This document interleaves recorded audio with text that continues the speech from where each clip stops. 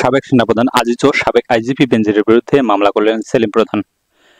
Casino কাণ্ডে আলোচিত ব্যক্তি সেলিম প্রধানের বাসা থেকে 10 কোটি টাকা মূল্যের মালামাল ছিনিয়ে নেওয়া সহ বিভিন্ন অভিযোগে সাবেক সেনাপ্রধান মেজর জেনারেল আজিজ ও আহমেদ ও পুলিশের সাবেক মহাপরিদর্শক আইজিপি বেনজির আহমেদ সহ 5 জনের বিরুদ্ধে মামলা হয়েছে।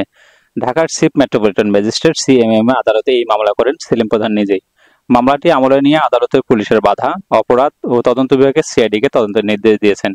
এছাড়া এই মামলার আজিজ আহমেদের 2 ভাই হারিস আহমেদ, জোসেফ আহমদ র্যাব 3 এর সাবেক অধিনায়ক শফিউল্লাহ বুলবুলকে আসামি করা হয়েছে। মামলায় সেলিম দাবি প্রদান করেন তিনি একজন প্রিন্টিং ও প্রেস ব্যবসায়ী। সেই সূত্রে সাবেক সেনাপ্রধান আজিজ আহমেদের সঙ্গে তার পরিচয়। এরপর আজিজ আহমেদের মাধ্যমে তার 2 ভাইয়ের সঙ্গে পরিচয় হয় তার। পরে হারিস আহমেদ ও জোসেফ তাদের পেছনে লাগান। 2019 সালে 17 সেপ্টেম্বর তার গুলশানের বাসায় র্যাবের কয়েকজন সদস্য আসেন। তারা জোসেফের সঙ্গে ভিডিও কলে কথা বলিয়ে দেন। জোসেফ তার কাছে একটি রেঞ্জ রোভার গাড়ি চাঁদা দাবি করেন। একই সঙ্গে জোসেফ তার কাছে 100 কোটি টাকা চাঁদা দাবি করেন। সেলিম প্রধান মামলায় আরও দাবি করেন চাঁদা দিতে অস্বীকার করায় এর 3 দিন পর 30 সেপ্টেম্বর তাকে হযরত শাহজালাল আন্তর্জাতিক বিমানবন্দর থেকে আটক করা হয়। পরে তার বাসায় অভিযান চালানো হয়। বাসা থেকে মূল্যবান ঘড়ি, আইফোন, ল্যাপটপ সহ 10 কোটি টাকার মূল্যের মালামাল ছিনিয়ে নেওয়া হয়। 2019 সালের 27 অক্টোবর জ্ঞাত আয় বহির্ভূত সম্পদ অর্জন ও অর্থ পাচারের অভিযোগে সেলিমের বিরুদ্ধে বিভিন্ন ধরনের অ্যাকশন নেওয়া হয়।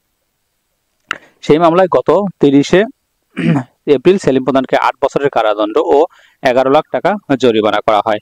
সেই সূত্রে সেলিম প্রধান মামলা করেছেন আজকে, যে সেটি হচ্ছে সেনাপ্রধান এবং আজিজ ও সাবেক বেনজির আইজিপি বেনজিরের বিরুদ্ধে মামলা করলেন যে সেলিম প্রধান, তিনি এই বিষয়ে মামলা করেন। এবং মামলার আর্জিতে মোটামুটি যে ক্যাসিনো মামলার যে 10 কোটি টাকার মূল্য মালামাল ছিনিয়ে নেওয়ার সেই অভিযোগটা গুরুত্ব পেয়েছে।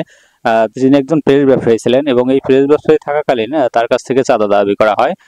100 কোটি টাকা সমমূল্যের একটি গাড়ি আদায় করা হয় এবং আরো বিভিন্ন কিছু আদায় করা হয়।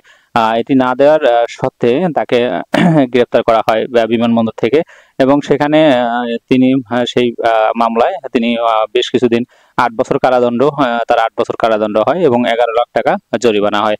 এটি ছিল একটি শাসনামলের শাসনামল।